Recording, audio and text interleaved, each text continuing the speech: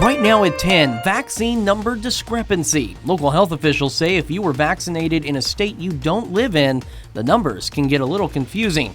Plus, into the ditch, a truck goes off the road on Missouri 171 in Carl Junction. Also, first flight, Richard Branson takes off for space. And taken down, a statue of Robert E. Lee removed from Charlottesville, Virginia. The 4 states' most watched news starts now. The population of those vaccinated may be higher than is reported in state numbers. KOAM's Zach Dodge joins us in the studio with more. Thanks, Chris. Local health officials told us last week about a discrepancy in reported COVID-19 vaccine numbers that could misrepresent how many people have actually received the shot.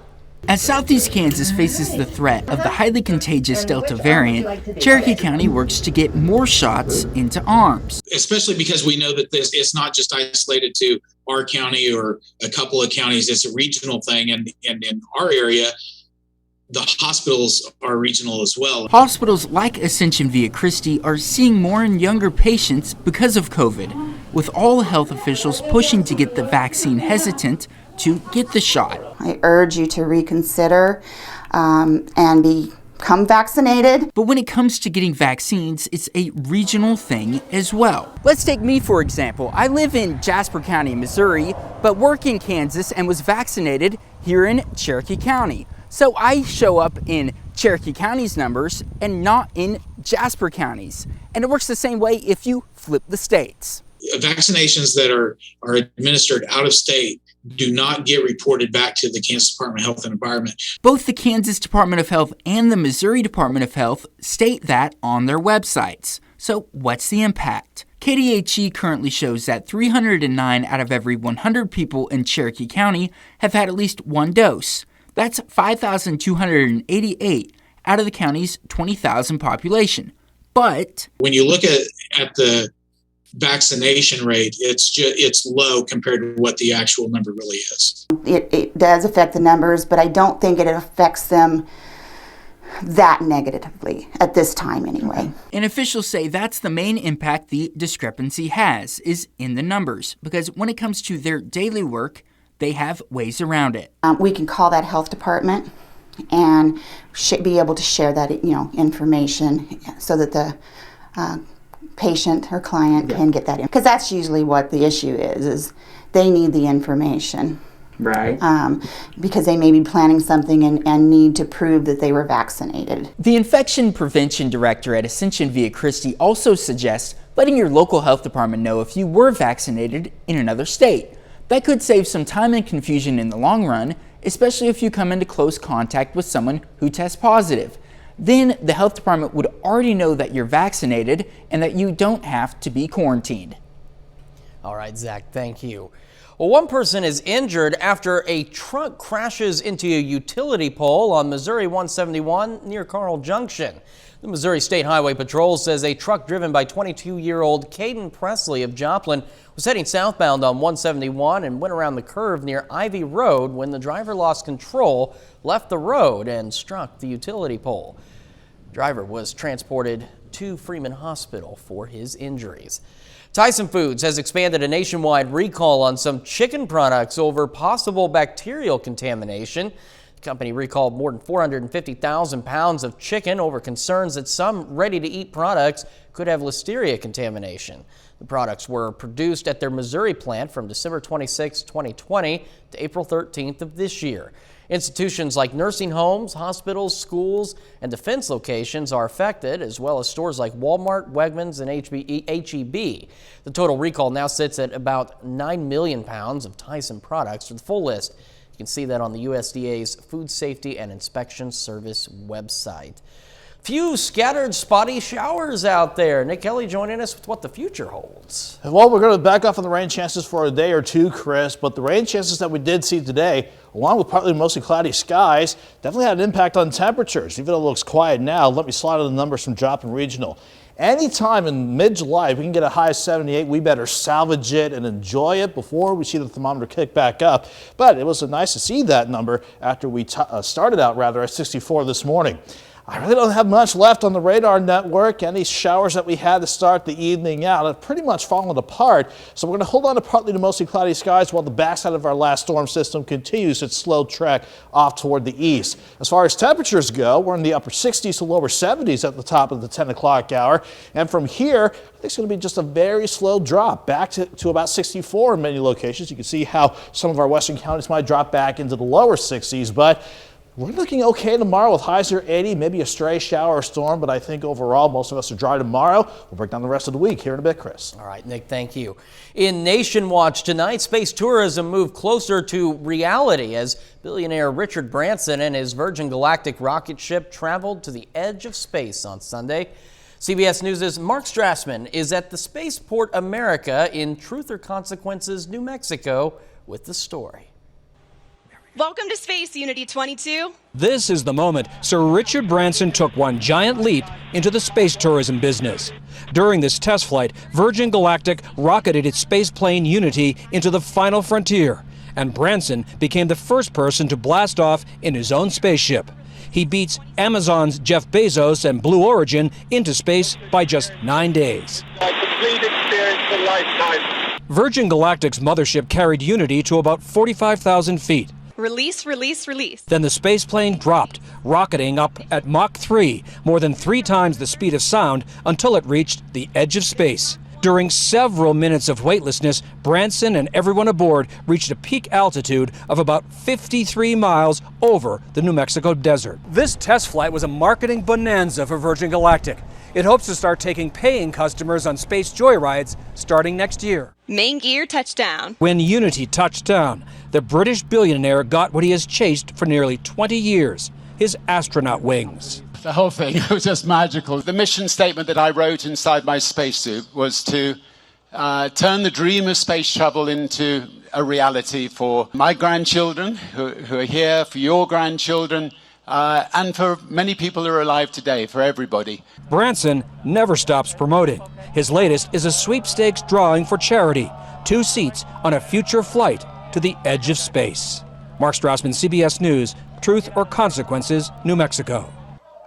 Well, Virgin Galactic has more than 600 reservations from eager space tourists at tickets are initially costing $250,000 each. And we take this time now to honor one of our many four-state heroes. Private First Class Daniel Sherman served in the Army in Vietnam, where he earned a Purple Heart. His hometown, Joplin. We're proud to recognize Private First Class Daniel Sherman, tonight's four-state hero. Of course, remember to learn more about other heroes or just nominate one of your own. Head over to our website at KOAMNewsNow.com. Well, coming up on the KOAM News at 10, statue removed. Robert E. Lee's statue comes down in a Virginia community. Plus, fans get their wish as the weekend box office sees the debut of Black Widow.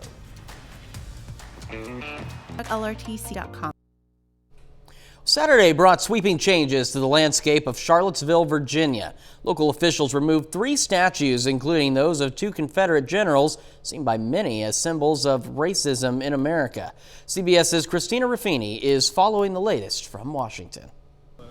Robert E. Lee rode one final retreat through the streets of Charlottesville, hauled away on the back of a flatbed. We're one small step closer to a more perfect union. The Confederate monument was donated to the city in the 1920s, along with another of Stonewall Jackson and a third of the explorers Lewis and Clark, and what appears to be a cowering Sacagawea. That statue was also removed today. In 2017, the Lee Monument was a rallying point for white supremacists during the deadly Unite the Right rally, when a participant deliberately drove a car into a crowd of counter-protesters. After a protracted legal battle, both Lee and Jackson were pulled off their pedestals. No platform for white supremacy, no platform for racism, and no platform for hate.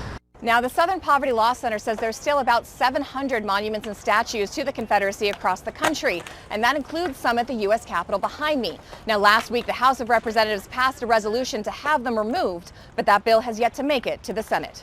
Christina Ruffini, CBS News, Washington. Switching gears now, the weekend's big movie was one many Marvel fans have been demanding for years. A standalone Black Widow film that explores the character's past. David Daniel talked with its star. I've lived a lot of lives, but I'm done running from my past. Black Widow finds Scarlett Johansson's Natasha Romanoff separated from the Avengers after the events of Captain America: Civil War. We have to go back to where it all started, so they never do that to anyone again. She does have some help. We're family. We fight with you. Johansson says her character's arc in this film was influenced by Natasha's death in Avengers: Endgame. We wanted Natasha's ultimate sacrifice to feel like one that was an active choice of hers. That means reconnecting warily with Yelena, played by Florence Pugh. Her little sister, Yelena, who really forces her to face a lot of the trauma that she's experienced instead of running from it, and understand and process what has actually happened to her so she can get there. I'm sorry. We had our orders and we played our rules. It wasn't real. It was real to me.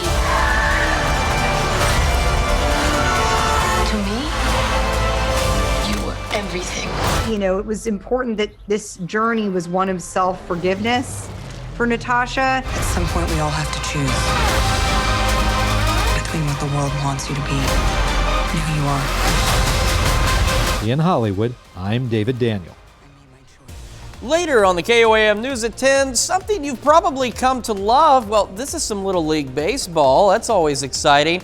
But after that, we're going to celebrate another thrilling edition of What Day Is It?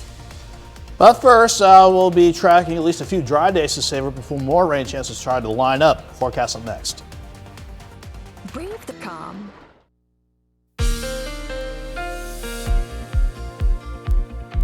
While it was nice to see temperatures drop quite a bit compared to the past few days around here, that came at the expense of showers throughout the course of the afternoon and evening especially. Other than that, we had quite a bit of partly to mostly cloudy skies darting across the time lapse out of Indigo Sky Casino and Resort just outside of Seneca, Missouri, and you can see at times those passing showers inundating the lens outside or just south of the casino grounds. After we had a stray strong storm try to dive toward Joplin early this morning, we kept things pretty calm during the morning hours. And then the afternoon, we saw the rain chances ramp up once again. It wasn't all day rain, but it was scattered. It was out there. And underneath the strongest, you saw quite a bit of heavy rainfall at times. While on the average, the entire area averaged out about 0.3 of an inch of rain right around the Joplin area and right along the I-44 corridor. You follow the color key. That is indicating radar estimates between 0.5 inch and almost 2.5 inches of rain. Again, that's just from today's rain. We're not even counting the rain and thunderstorms we saw yesterday. But if you were not a fan of the scattered showers we had to start the afternoon and evening out, it's better news with the latest look at the Skywatch Storm Tracker and at the radar network. I don't see anything holding on, even though we'll hold on to partly to mostly cloudy skies as we go through the rest of the night. Again, another big story behind this storm system, the temperatures. We hit the mid-80s yesterday before the thunderstorm chances erupted for some.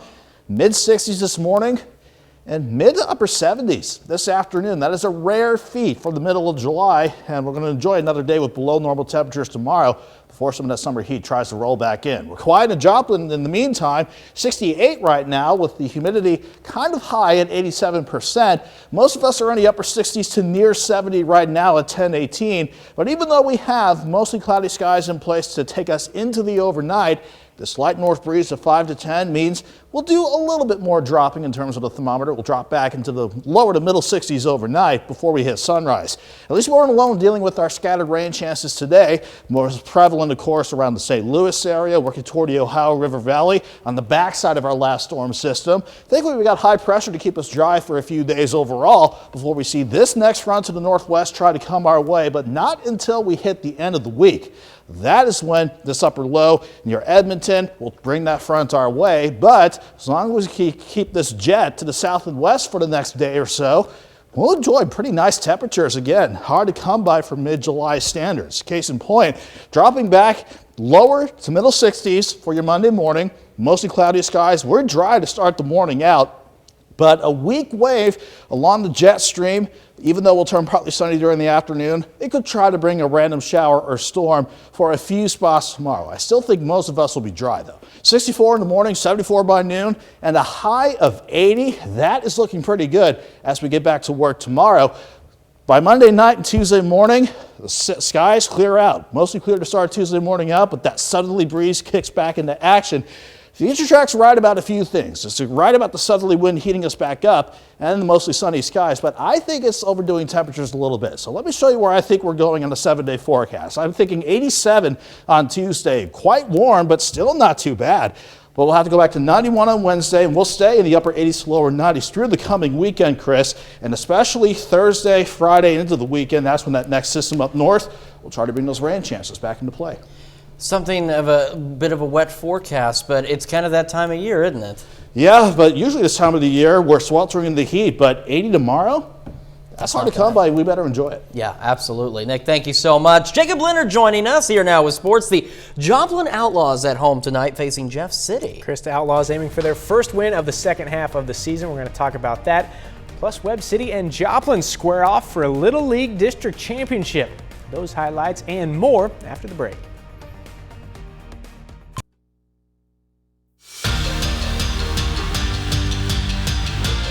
Welcome back and welcome into the Toyota Sunday Night Sports Feed. The Joplin Outlaws have dropped back-to-back games coming out of the All-Star break. Right now the Outlaws are 11-13, but they're still tied for first place in the Mink League South Division.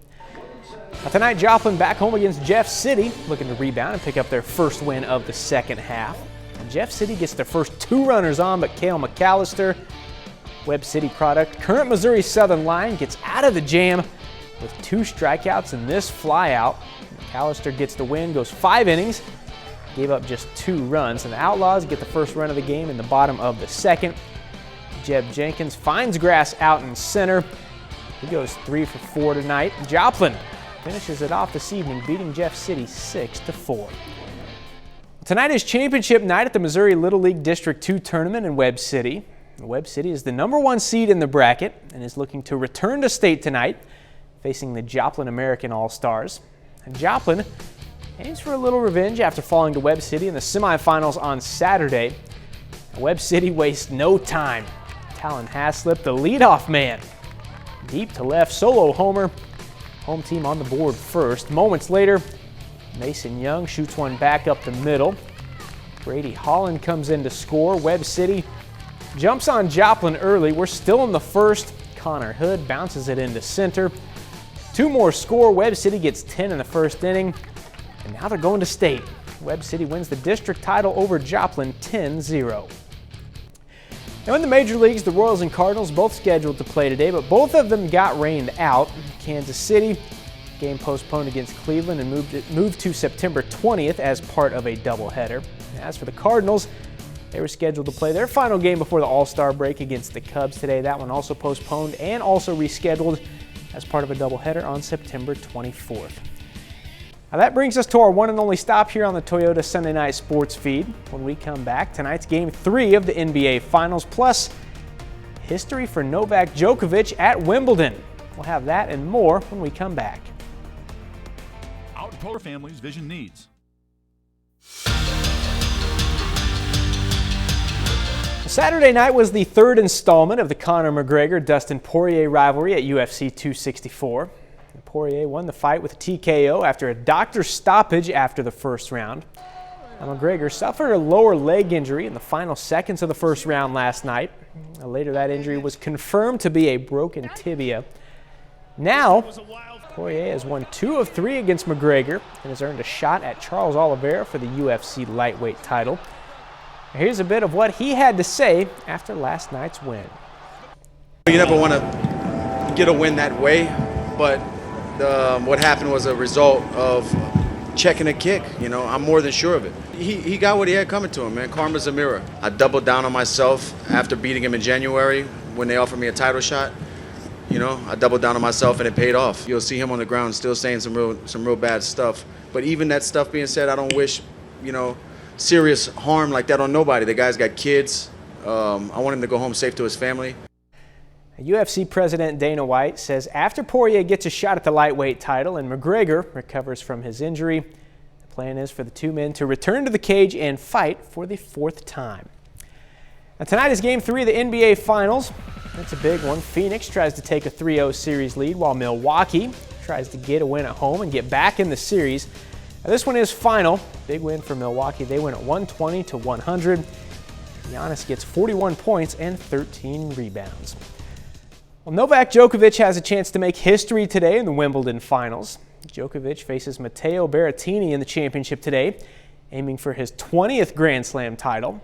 Now, getting to 20 would tie him with Roger Federer and Rafael Nadal for most Grand Slam titles in a career. Now, Berrettini pretty good early, catches Djokovic going the other way. Berrettini actually takes the first set 7-6, but then Djokovic gets going, takes the second set, then in the third gets the ace. Djokovic takes the third set as well. Check it out, he's starting to feel it now. Championship point here, Berrettini puts it in the net, and that is it. Novak Djokovic wins at Wimbledon, his 6th Wimbledon title and 20th career Grand Slam championship. That's a look at sports. We're back with more news after this. Hey folks. You got a little bit of time to enjoy Sunday Fun Day with a delicious minty drink because it's National Mojito Day. The mojito hails from Cuba. It's basically the Cuban version of a highball. It's made with white rum, sparkling water, sugar or simple syrup, lime juice, and mint. Now, no one is exactly sure who made the first mojito. I think it might have been Leonard, but its roots date back to the 16th century. Some say it was a favorite drink of pirates. Others believe it was created by enslaved Africans who harvested sugar cane on the Caribbean island. But what is certain is the sweet sugar, the tart citrus, and the mint create a refreshing combination that's perfect for the heat of summer. And that heat of summer is right around the corner. I'm getting excited. I don't like the wintertime. Yeah, you're practically bombulating with the fun. I am. Well, it's those mojitos. You know, I had to celebrate today. So summer heat returning. Yeah, but thankfully not for tomorrow. Another rarity with highs below normal and highs around 80 for a Monday in the middle of July. We'll take it before we go back into the upper 80s and lower 90s starting Tuesday. Nick, thank you. Mr. Leonard, final check of sports. With their district championship win tonight, Webb City Little League moves on to the state tournament now, which will be in DeSoto. All right, guys, thank you so much. That is our time for now. Remember, we're always on at KOAMNewsNow.com and with that KOAM News Now app. And thanks for making us part of your night.